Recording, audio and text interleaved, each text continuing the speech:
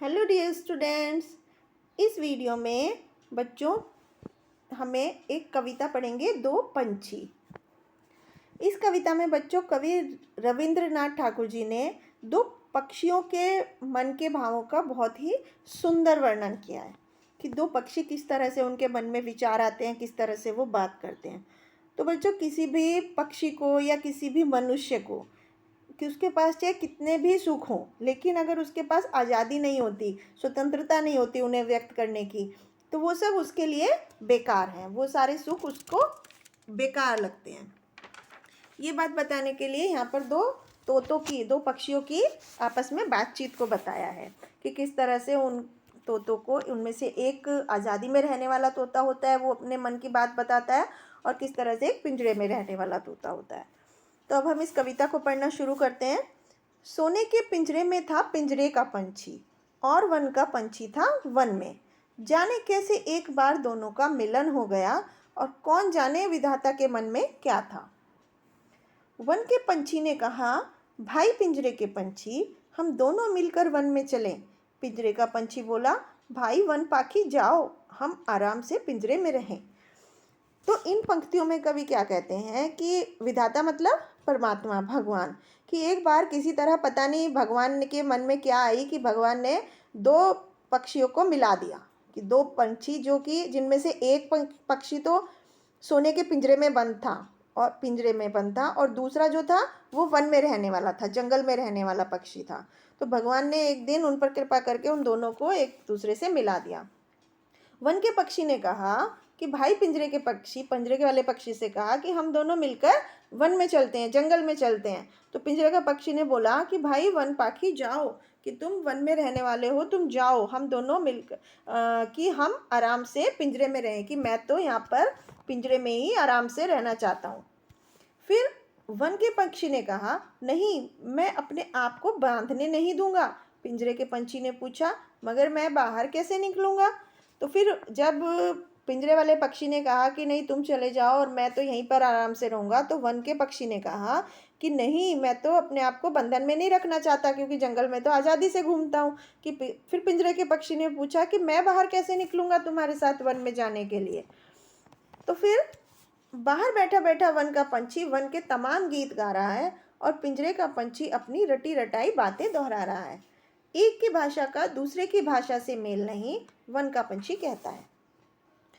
तो जो जंगल वाला पक्षी है, वन वाला पक्षी है, वो पिंजरे के बाहर ही बैठा होता है, और जो वो जंगल में मीठे मीठे गीत गा रहा होता है, उन सारे गानों को वो गा रहा होता है।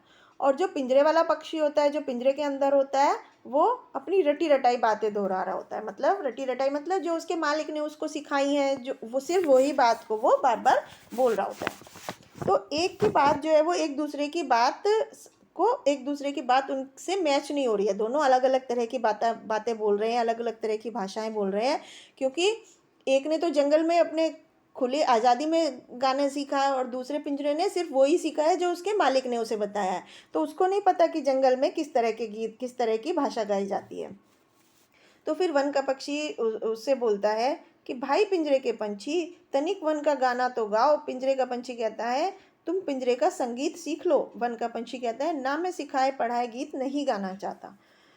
तो वन का पक्षी कहता है पिंजरे के पंछी से कि भाई पिंजरे के पक्षी, तुम थोड़ा सा वन का गाना तो मुझे गा के सुनाओ। तो पिंजरे का पक्षी कहता है, तुम पिंजरे का ही संगीत सीख लो, मतलब पिंजरे के ही गाने सीख लो। तो फिर वन का पक्षी कहता है, नहीं भाई नहीं, मैं किसी के सीखे पढ़ाए गीत नहीं गाना चाहता, कि जैसे पिंजरे वाले पक्षी को तो जो गीत आते हैं वो उसके मालिक ने सिखाए होते हैं। तो वन का पक्षी उसे सीखने से मना कर देता है।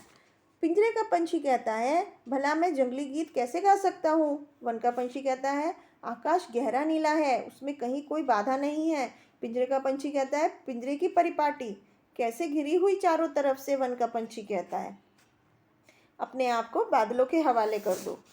तो पिंजरे का पक्षी फिर कहता है कि भला मैं जंगल के गीत कैसे गा सकता हूँ, क्योंकि मैं तो कभी जंगल में, उसे जंगल के दुनिया का पता ही नहीं होता कि जंगल में कौन से गीत गाए जाते हैं, क्योंकि वो हमेशा से पिंजरे में ही रह रहा होता है। तो वो कहता है कि भला मैं जंगल के गीत कैसे गा सकता हूँ। और तो फिर वन का पक्षी उससे कहता है कि आकाश गहरा नीला है, कि ये आसमान जो है ये बहुत बड़ा है, गहरे नीले रंग का है और इसमें कहीं भी कोई भी रुकावट नहीं है, तुम पंख फैलाकर जितनी मर्जी दूर तक उड़ सकते हो। फिर पिंजरे का पक्षी कहता है कि पिंजरे की परिपाटी, परिपाटी मतलब पिंजरे के रीति रिवाज कैसे हैं, कि कैसी घिरी हुई चारों तरफ से, कि पिंजरे में क्या होता है कि अगर वो पंख फैलाने की कोशिश करे तो उसके पंख उसकी पिंजरे की दीवारों से टकरा जाते हैं, तीलियों से टकरा जाते हैं। तो पिंजरे का पक्षी यही कहता है कि पिंजरे की जो सीमाएं हैं, जो उसके लोहे के जो जाल हैं, वो चारों तरफ से उससे घिरा हुआ है।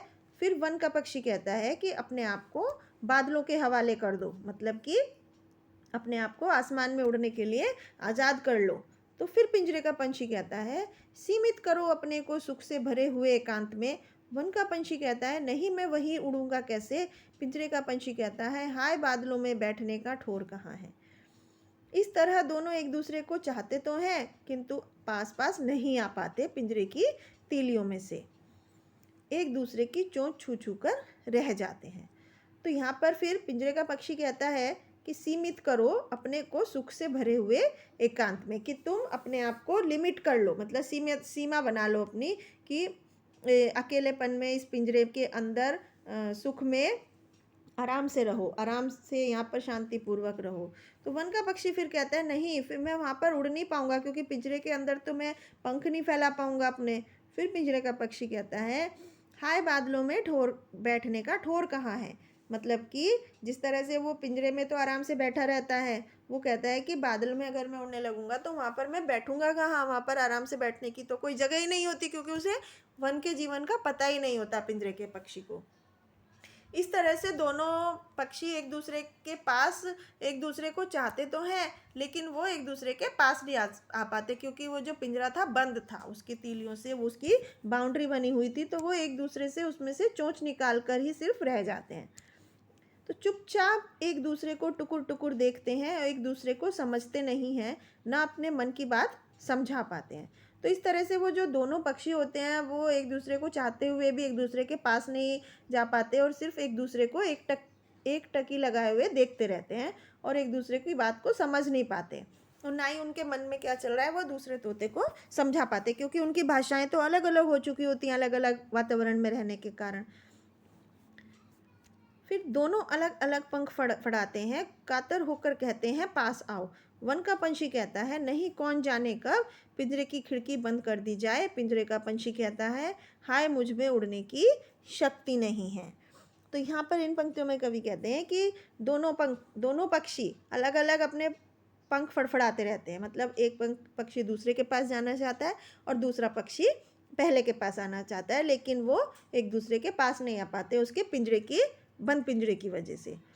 तो फिर दोनों एक दूसरे के बहुत ज़्यादा पास आना चाहते हैं, तो फिर वन का पक्षी कहता है कि नहीं, मैं तुम्हारे पास नहीं आ सकता, पता नहीं कौन कब इस पिंजरे की खिड़कियों को बंद कर दे और मैं भी पिंजरे में रह जाऊं। तो पिंजरे का पक्षी कहता है मैं भी तुम्हारे पास आना चाहता हूँ, लेकिन मुझ में तो इतनी शक्ति ही नहीं है कि मैं उड़ पाऊँ। अर्थात बच्चों इसमें ये बताया गया है कि अगर हमें आराम से रहने की आदत हो जाती है, सिर्फ सुख सुविधाओं में रहने की आदत हो जाती है, तो हम मेहनत करने की हम में जो शक्ति होती है वो धीरे धीरे ख़त्म हो जाती है। तो बच्चों इस तरह से यहाँ पर दो पक्षियों के थ्रू कवि ने ये कहना चाहा है कि हमें आज़ादी हर किसी को पसंद होती है, और अगर हम एक बंधन में रहते हैं, हम एक सीमा में रहते हैं, किसी के हुक्म का पालन करते रहते हैं, गुलामी का जीवन जीते हैं, तो हमारी शक्तियाँ धीरे धीरे ख़त्म हो जाती हैं और हमें पता ही नहीं होता कि किस तरह से हमारी दुनिया में हम अलग अलग काम कर सकते हैं, किस तरह से हम तरक्की कर सकते हैं। तो इसलिए हमें हमेशा अपने आप को बंधन में नहीं रखना चाहिए, लिमिट नहीं करना चाहिए, हमेशा नए नए काम करने की कोशिश करते रहना चाहिए और अपनी शक्तियों को बढ़ाते रहना चाहिए। तो बच्चों ये था इस कविता में। Thank you.